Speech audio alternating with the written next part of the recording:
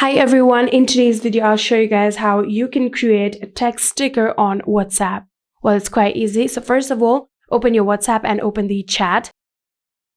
Just like this, here you can see I have opened the chat, and now from here you can simply tap on this box, then your keyboard will open, right?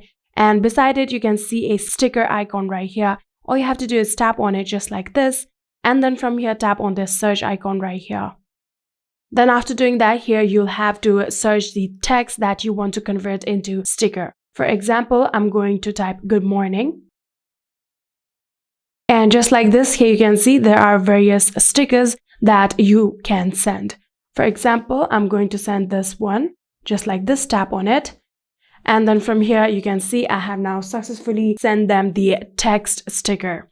Here, if you send this sticker will be on the top, so you can use it whenever you want. And just like this, you'll be able to create text sticker on WhatsApp. I hope this video was helpful to you guys. If it was, please do not forget to hit that subscribe button and like our video. Thank you so much for watching. See you in the next.